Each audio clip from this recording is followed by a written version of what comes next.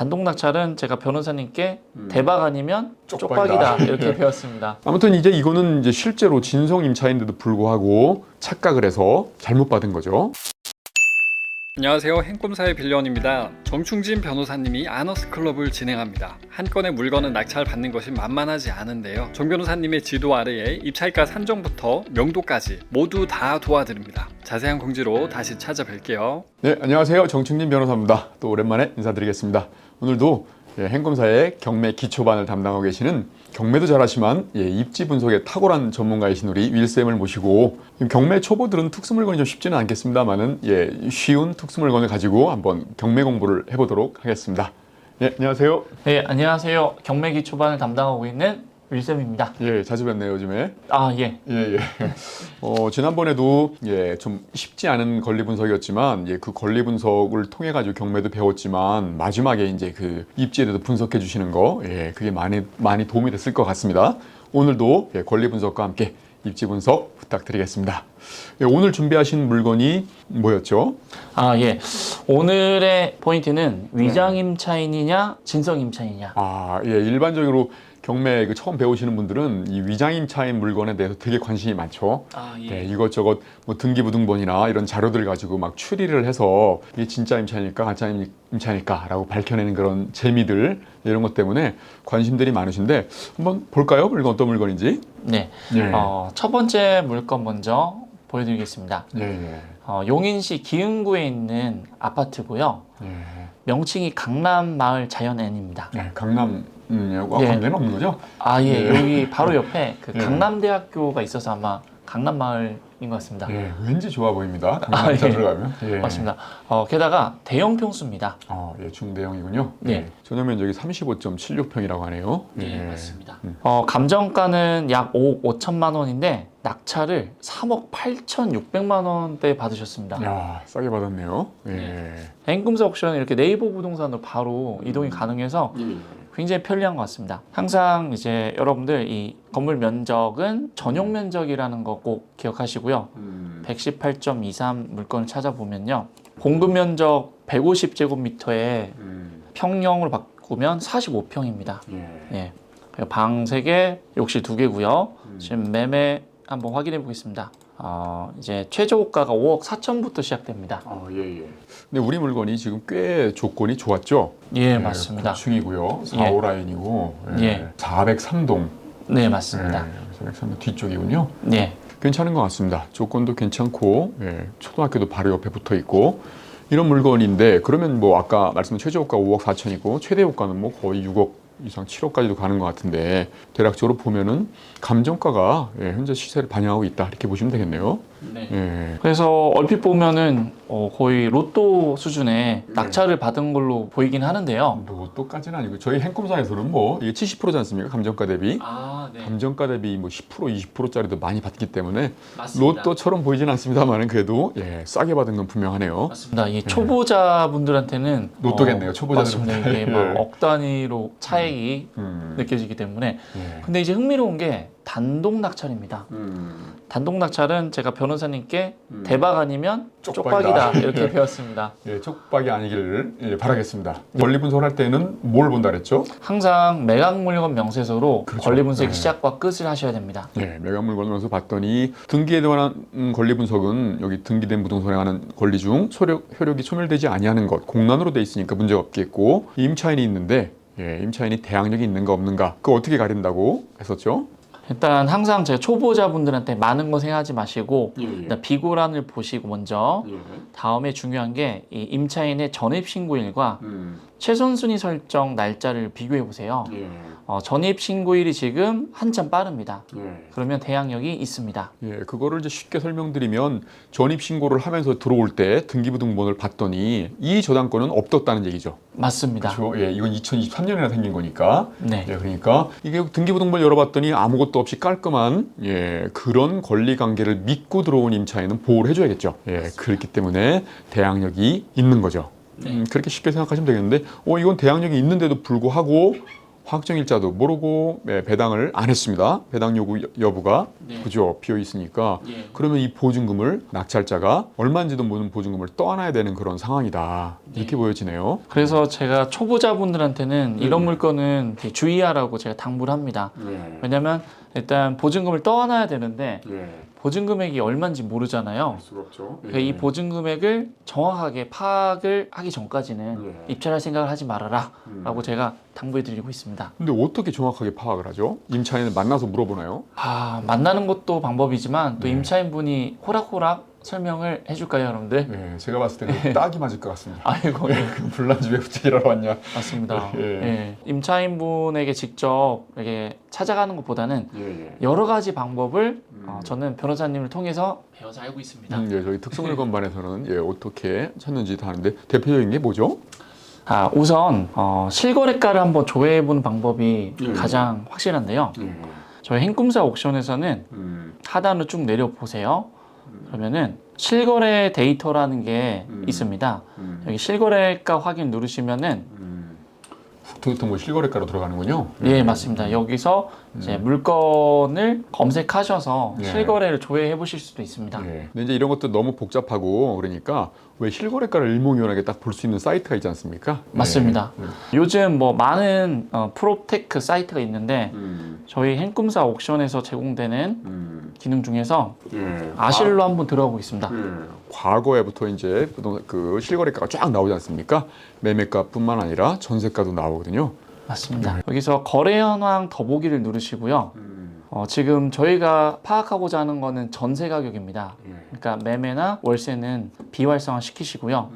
저희 물건이 아까 공급 19년이었어요. 46평형이고 계약 날짜가 2019년이었습니다. 전입일이 아까 변호사님이 12월이었죠. 그러면 보통 두세 달 전에 전세 계약을 하지 않습니까? 그래서 2019년이고 아까 물건이 403동이고 9층 물건이었습니다. 여기 있네요. 딱 보니까 403동 9층. 이거는 2억 8천. 2억 8천만 원에 계약을 하셨네요. 당시 전세가가 이제 2억 6천짜리도 있고 7천짜리도 있는데 그 후로는 좀 값이 좀 올랐죠. 그렇지만 2억 8천이 시세를 제대로 반영한 금액으로 보여집니다. 그러면 진성 임차인일 가능성이 매우 높아 보이는 거죠. 그러면 이게 진성 임차인 2억 8천이 여기에 해당되는 것인지 뭐 이런 것들을 한번 확인해 보는 그런 방법들이 있겠죠. 경매에서는 탐정이 돼야 된다 그랬죠? 네, 명탐정이 돼야 됩니다. 어떻게 이거를 추정을 해볼 수 있을까요? 진정한 임차인일까? 위장 임차인일까? 이런 부분들 추정할 때 먼저 위장 임차인으로 추정되는 정황을 한번 볼까요? 보통은 확정일자가 신고가 안 돼 있거나 아니면 전입일자와 비교했을 때 상당히 시간차가 있습니다. 그러면 좀 약간 위장 임차인의 냄새가 난다고 느껴집니다. 그리고 또 실제로 한 곳에 너무 오래 사는 것도 좀 임차인의 모습과는 좀 그렇지 않습니까? 맞습니다. 뭐 한 곳에 막 10년씩 사는 분들도 계시잖아요. 맞습니다. 그러니까 그런 것들은 한 번쯤은 의심해 볼 만하겠다 이런 느낌인데 또 하여튼 뭐 자료를 통해서 분석을 좀 해봐야 되는데 추리를 하더라도 먼저 가장 유력한 자료가 이 등기부등본이죠. 그죠? 그래서 등기부등본을 이렇게 봤더니 소유권 이전이 이제 분양받은 분이 조某某 씨인데 분양을 받을 때 이제 이렇게 주소지가 보통은 이제 분양자가 들어와서 살게 되면은 이렇게 전거 이래가지고 주소를 바꾸지 않습니까? 그래서 이쪽 주소지로 돼야 되는데 보시다시피 경기도 용인시 처인구 중부대로 1119 이렇습니다. 그러니까 여기 주소지랑 틀리죠. 맞습니다. 여기는 구갈동이고 강남마을 자연엔 이렇게 돼야 되는데 이렇고 뭐 이렇게 봐도 실제로 여기로 들어왔다는 그런 주소지 여기 정某某 씨도 계신데 정某某 씨가 이제 채무자로 이렇게 저당권도 설정했지 않습니까? 근데 주소지가 똑같아요. 그러니까 정某某 씨하고 조某某 씨는 부부로 추정이 되고 있는 상황이고 근데도 여기서 계속 살았던 흔적들이 안 보인다는 거죠. 그렇다면 임차인이 계속 있었겠구나 이런 느낌이죠. 그러니까 이렇게 중요한 정황들이 보여지기도 하고 실제로 5년이나 지금 살았단 말입니다. 그 세 번째 지금 갱신을 하는 부분들이고 또 하나는 또 이제 배당 요구도 하지 않았고 보통 임차인들은 겁이 나서라도 일단 배당 요구를 하고 그러지 않습니까? 물론 지식이 확실히 있어가지고 나는 대항력을 행사할 수 있기 때문에 굳이 배당 요구 안 하겠다라고 할 수도 물론 있습니다만은 보통 임차인들은 70-80% 되는 임차인들은 배당 요구를 하죠. 그것도 있고 그래서 지금 위장 임차인으로 추정되는 정황과 그렇지 못한 정황들이 지금 혼재해 있죠. 그런데 아까 이제 우리 일쌤께서 찾아주신 그 자료에 딱 의하면 이 호수로 추정되는 데서 2억 8천짜리 전세 계약이 있는 거로 보인다. 근데 이게 꼭 이게 아닐 수도 있고 어떻게 그게 여기에 딱 돼 있는 또 그렇게 또 진정한 임차인으로 확신할 수가 있을까요? 아까 등기부를 확인해 본 것처럼 예. 지금 뭐 소유자가 예. 명확히 이 해당 경매 물건지와는 다른 주소에서 계속 거주하고 계시고요. 예. 아, 그리고 아까 시세를 봤을 때도 2억 8천만 원 정도면은 적정 시세라고도 판단되고요. 물론 이제 이게 904호가 아니라 다른 호면 어쩔 거냐라고 물어보실 수 있는데 당연히 이제 100%란 건 없습니다. 하지만 이 수많은 기흥구에 있는 단지 중에서 이 같은 단지에 403동에다가 9층에 이 임차인이 12월 초에 이사 오셨는데 딱 2달 전에 기가 막히게 이 금액대도 비슷하고 이럴 확률이 얼마나 될까 저는 또 반대로 좀 생각을 해보고 있습니다. 또 추가로 확인해 볼 부분이 있습니다. 이 문건 접수를 보시면 이 송달 내역을 확인할 수 있습니다. 만약에 송달 처리 내역에서 위장 임차인인 경우에는 송달이 제대로 잘 안 됩니다. 그렇죠. 예. 뭐 폐문 부재, 수치인 불명 뭐 이런 식으로 될 텐데 네. 여기는 임차인 박모모 씨가 임차인 통지서를 이 주소로 발송을 했겠죠, 당연히. 근데 맞습니다. 바로 도달이 됐네요. 네. 그러니까 임차인이 여기서 박모모 씨가 살고 있는 건 또 분명하다. 네. 소유자는 안 살고 임차인으로 추정되는 사람, 전입신고한 사람이 살고 있고 그런 부분들도 진정한 임차인으로 보여지기는 하네요. 네. 또 하나는 아까 여기 채권 금액이 얼마였죠? 채권 금액 확인도 굉장히 중요합니다. 금융권 채권도 아니고 개인이죠. 개인 근저당권인데 채권 최고액이 1억 9,500만 원 정도입니다. 보통 개인 간에 130% 설정한다고 하면 대략적으로 한 1억 한 4, 5천 정도 된다고 치자고요. 네. 그렇게 되는데 만약에 이게 진정한 임차인이라고 하면 은행에서 이제 대출을 받을 수가 없겠죠. 앞에 맞습니다. 그 2억 8,500짜리가 있으니까 추가 대출 받기가 어렵지만 위장 임차인이라고 한다 그러면 이거 임차인과 무관한 사람이다. 저 전입자가라고 한다 그러면 대출을 받아가지고 이 정도는 뭐 갚아버리고 경매를 취하시킬 수도 있을 거지 않습니까? 그런데 그렇지를 못했다는 거죠. 않았다는 게 아니라 그러면은 진정한 임차인 가능성이 굉장히 크다. 이런 느낌이고 그리고 또 하나는 아까 그 실거래가 사이트에 나와 있는 그 사람이 확정일자도 안 받고 그냥 신고만 해놓은 위장 임차인이 아닐까 싶겠습니다만은 만약에 확정일자를 그 날짜로 제대로 받았다고 하면은 진정한 임차인일 가능성이 굉장히 크죠. 그죠? 보통 위장 임차인들은 확정일자를 잘 안 받거나 뒤늦게 받거나 하지 않습니까? 근데 아까 그 실거래가 사이트에 나온 게 진짜 확정일자를 받은 사람인가요? 보통 주민센터에 가서 여러분들 이사하시기 전이나 후에 도장을 받잖아요. 그게 바로 확정일자인데 확정일자를 받으면은 그게 실거래가에 등록이 됩니다. 국토교통부 실거래가요? 예, 맞습니다. 그렇기 때문에 아까 19년 10월경에 2억 8천만 원 실거래가 찍힌 게 확정일자라고 저희는 알 수 있겠습니다. 그렇게 보여지는 거죠. 그러니까 그 당시에 이제 그 시세에도 맞고 그다음에 확정일자까지 찍었다 하면 진정한 임차인으로 보인다. 그리고 여러 정황상으로도 진정한 임차인으로 보이는 거죠. 이렇게 되면 아까 낙찰받은 분은 어떻게 된 건가요? 잘 받은 건가요? 잘못 받은 건가요? 이 약 3억 8,600만 원에다가 보증금이 2억 8천만 원이잖아요. 그걸 합산한 금액으로 매수하게 된 꼴이 됩니다. 거의 6억 7천에 사신 건데 지금 시세가 아까 호가가 5억 4천부터 있다 그랬나요? 앞으로 이제 상승장이 이제 상승세 마지막 불꽃을 태우면서 이제 종결을 할 텐데 우리 수도권 시장은요. 그래서 이제 전고점까지 뭐 한 6억까지 이상 올라간다 하더라도 실제로는 보증금을 떠안게 되면 잘못 받은 그런 모습이 돼 보입니다. 그렇죠. 이런 경우는 어떻게 하죠? 매각 불허가 신청을 하면 좋은데 날짜가 이미 많이 지난 것 같습니다. 8월 16일에 매각이 됐기 때문에 제 아침에 또 조회해 보니까 매각 허가 결정이 떨어졌더라고요. 그렇죠. 그래도 우리 이제 행꿈사 그 특수물건만 출신들은 이런 경우에도 보증금이 2,700만 원이죠. 결코 작은 돈이 아닌데 보증금을 찾을 수 있는 방법이 있죠. 맞습니다. 소유자의 도움을 받으면 우리는 100% 보증금을 찾을 수 있는 방법이 있다. 근데 그게 소유자한테도 굉장히 큰 도움이 되기 때문에 실제로는 서로 윈윈할 수 있는 전략이다. 이런 것들이 있죠. 조만간에 또 이제 특수물건반이 개강을 하는데 그때 한번 이 부분들은 자세히 알려드리도록 하겠습니다.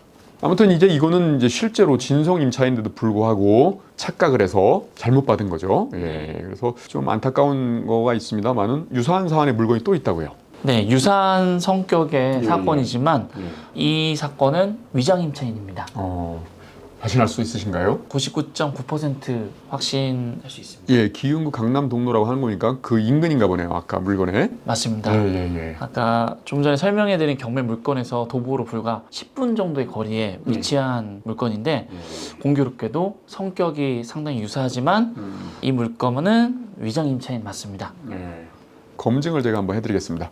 예, 보시면 아까 비슷하게 전입신고가 이렇게 돼 있고, 예, 전입신고랑 최선순위 설정 일자를 비교했더니 빠릅니다. 그러니까 대항력이 있는 거고, 그 위에 이제 주의해야 될 사항들은 없는 거로 나오는데, 이 대항력 있는 임차인의 보증금이 모른다는 거죠. 예, 이게 없다는 게 아니라 모른다는 거죠. 신고를 안 했으니까. 그런 부분들인데 위장 임차인을 단정하신다는 거죠. 예, 그 이유가 뭐죠? 예, 한번 예. 추리한 과정을 간단하게 보여드리겠습니다. 일단 처음에 임차인 현황을 봤을 때 전입일은 2004년도인데요. 예. 지금이 2024년도지 않습니까? 이렇게 20년 넘게 임차인으로 살 수 있나? 일단 상식적으로 좀 힘들 것 같고요. 그래서 일단 여기서 위장 임차인의 냄새가 강력히 났습니다. 네. 그리고 등기부를 반드시 확인해 봐야 되는데요. 또 행꿈사 옥션에서는 이렇게 통합 등기부를 깔끔하게 제공을 합니다. 네, 이걸 통해서 한번 보겠습니다. 2004년도에 임차인분이 전입하신 후에 제일금융권은 아니지만 근저당권이 꽤 많습니다. 꽤 많네요, 진짜. 예. 그래서 이렇게 진성 만약 임차인이시라면 전세보증금이 있지 않습니까? 거기다가 이렇게 많은 근저당권이 설정돼 있을까? 그것도 좀 의심스럽습니다. 해주질 않죠. 제2금융권은 많이 해주는 경향이 좀 있고 리스크 관리를 좀 부족하게 하는 것처럼 보이지만 오히려 제2금융권이 후순위로 대출들을 해주다 보니까 훨씬 더 예민하게 만약에 이 임차인이 위장 임차인인지 아닌지를 확실하게 조사를 하고 대출을 해주죠. 근데 이렇게 많이 해줬다는 거는 진정한 임차인이 아닐 가능성이 매우 높은 거죠. 네, 맞습니다. 게다가 등기부를 한번 확인해 봤는데요. 2004년경에 현재 소유자인 이모 씨가 소유권 이전을 받았고요. 원래는 수원시에 거주하셨습니다. 근데 그 이후에 현재 경매 물건지로 정보했고 날짜도 봐도 2020년 9월 21일까지도 여기에서 주소를 두고 있다 이렇게 보여지네요. 소유자가. 네, 맞습니다. 그러면 기가 막힌 게 을구로 넘어가셔서 근저당권 설정된 주소를 보니까요. 현재 경매 물건 주소에서 계속 근저당권 설정했다가 또 말소했다가 반복을 했습니다. 최근을 보겠습니다. 2022년도에 설정된 근저당권인데요. 주소가 지금 임차인의 주소와 동일합니다. 변호사님 이렇게 소유자랑 임차인이 같이 살 수 있을까요? 그런 건 불가능하죠.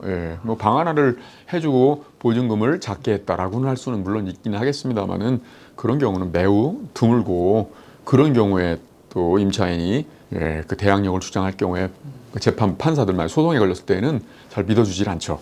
그러니까 지금 현재 상태에서는 뭐 되게 매우 위장 임차인으로 추정되는 정황들이 많다 이렇게 보시면 되겠는데, 근데 보통은 이럴 때 이제 저렇게 하지 않나요? 은행에서 이제 무상 임대차 각서 같은 거를 받아주지 않습니까? 네. 그럼 그런 것들을 이제 법원에 제출하고 이럴 텐데 제출된 게 없단 말이죠. 여기는요. 네, 맞습니다. 매각 물건 명세서를 아까 확인했을 때는 무상 임대차 계약서가 제출됐다라는 내용이 없습니다. 그러니까 지금은 위장 임차인으로 지금 강력하게 추정이 되는 상황인데 이제 무상 임대차 각서가 있는데 그거를 이제 은행에서 제출을 만약에 안 했다고 치자고요. 그런 상태에서 임차인한테 이제 가서 물어봤더니 자기는 진정한 임차인이고 보증금 지급 내역도 있고 뭐 계약서도 확정일자 찍혀 있고 막 이런 걸 제출합니다.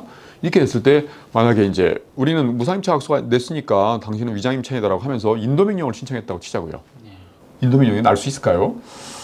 매각 물건 명세서에 그렇게 기재가 돼 있으면은 인도명령이 나지만 그렇지 않다면은 나지 않을 것 같습니다. 그렇습니다. 그거가 맹점인 거죠. 그러니까 우리 보통 초보들은 은행에 전화를 해봤더니 무상임차 각서가 있다라고 했을 때 그냥 무조건 믿고 들어가지 않습니까? 그런데 무상임차 각서가 있으면 보통은 위장임차인이지만 근데 이렇게 나는 그 소유자가 부탁해가지고 대출을 좀 많이 받고 싶은데 그리고 금방 갚을 건데 그러니까 임차인이 있다고 하니까 많이 안 해준다. 그러니까 잠깐만 무상임차인으로 행세를 해달라고 하면서 무상임차학서에 사인을 해달라고 했을 때에 근데 그 사람은 실질은 진정한 임차인이지 않습니까? 예. 그런데 그렇게 이제 소유자의 부탁을 저버리질 못하고 이제 해줬단 말입니다. 이렇게 됐을 때에 이 사람이 그 위장 임차인으로 인정될 것인가 아니면 진정한 임차인이 인정될 것인가는 무상임차각서가 매각 물건 명세서를 통해서 공지가 돼서 낙찰자가 그걸 신뢰하고 들어왔다고 한다면 그 신뢰를 보호해야 되기 때문에 더 이상 진정한 임차인임을 주장하지 못하지만 만약에 이제 그렇지 않고 무상임차각서는 줬지만 그게 매각 물건 명세서를 통해서 공지는 안 됐습니다. 이러면은 진정한 임차인을 보호할 필요가 더 크기 때문에 보호해준다는 거죠. 예, 그러니까 함부로 은행에 조사를 해가지고 야 무상임차 각서 있다고 들었다라고 해서 함부로 들어가서는 안 된다는 거죠. 네. 이것도 어떻게 보면 예. 100%라고 또 안심을 놓을 수 없는 겁니다. 그러니까 특수물건이 이렇게 어렵습니다. 예. 예. 뭐 재밌는 얘기로 특수물건이 가장 어려운 이유가 뭐냐면 자 보십시오. 특수물건에서 소유자가 이제 형이고 만약에 그 임차인이 동생이고 네. 그리고 확정일자도 안 찍고 보증금이 3억인데 2억밖에 안 되고 보증금 액수가 그리고 너무 오래 살았고 우리가 흔히 알고 있는 그다음 뭐 위장임차인의 정황들을 다 갖고 있단 말입니다. 네. 그러면 이제 여러분들 이건 뭐 가족 간의 관계에서 위장임차인이라고 들어갔는데 실제로 이제 소송을 딱 했단 말입니다. 네. 그랬더니 왜 확정일자를 안 찍었냐? 형이니까 안 했다 믿고 왜 보증금이 작으냐? 형이 봐줘서 그랬다. 그죠? 우리가 모든 걸 의심했던 정황들이 다 가족이라는 이유로 다 설명이 된단 말입니다. 예. 근데 보증금 지급 내역이 있느냐 했더니 있어요. 이렇게 되게 되면 그건 진정 임차인이거든요. 그리고 판사들 같은 경우는 진정한 임차인을 한다 그러면 비록 의심스러운 정황이 있다 하더라도 네. 임차인 편에 서겠죠. 예. 확실하지 않으면 예. 그런 거기 때문에 소송에서 질 가능성이 매우 높아지는 거죠. 아. 그렇기 때문에 위장 임차인 물건은 정말 신중에 신중을 기해야 된다. 이렇게 보시면 되겠습니다. 예. 이게 초보자 입장에서는 정말 이 위장임차인 물건은 그냥 쉽게 접근할 건 아니라고 또 오늘 사건을 통해서 교훈을 얻는 것 같습니다. 예. 어떻게 이제 그러면 입지 전문가이신 우리 윌슨께서 이쪽에 한번 입지를 한번 분석을 해주심으로써 마무리를 한번 해볼까요? 네. 용인시는 이 수지구와 경매 물건이 있는 기흥구, 처인구로 나뉩니다. 아무래도 다 아시겠지만 수지구가 가장 현재 가격이 비싸고 기흥구, 처인구 순으로 이어집니다. 저희 경매 물건이 있는 곳이 기흥구인데요. 올해 개통이 된 GTX-A 구성역이 있습니다. 그리고 이 주변에 용인 플랫폼 시티라고 해서 천지개벽할 입지가 될 곳입니다. 경매 물건은 이 에버라인 강남대역과 지성역을 이용할 수 있는데요. 이곳에서 지하철 타면은 강남까지 약 1시간 정도면 도달할 수 있습니다. 인근에 상권이 많거나 학군이 매우 뛰어난 곳은 아니지만 상대적으로 조용하게 거주하기에는 괜찮은 곳입니다. 그리고 제가 최근에 GTX-A 구성역 개통되면서 답사를 다녀왔습니다. 행꿈사 유튜브에 영상이 있으니까 거기에 입지 특징을 참고해 보시면 도움이 될 것 같습니다.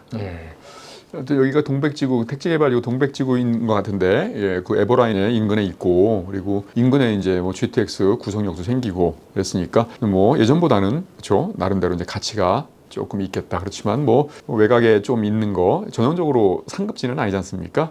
그래서 뭐 상승의 여력이 뭐 많다 이렇게 보시고 들어갈 건 아니지만 싸게만 접근하신다고 한다 그러면 단기 투자든 중기 투자든 괜찮지 않을까 이런 느낌입니다. 그러면 오늘도 우리 경매계 1타 강사 윌쌤과 요 권리 분석도 한번 해봤고요. 그리고 이제 입지 이런 부분들도 공부를 같이 해봤습니다. 다음 시간에도 알찬 정보로 찾아뵙도록 하겠습니다. 저는 정충진 변호사였습니다. 네, 윌쌤이었습니다. 감사합니다. 감사합니다.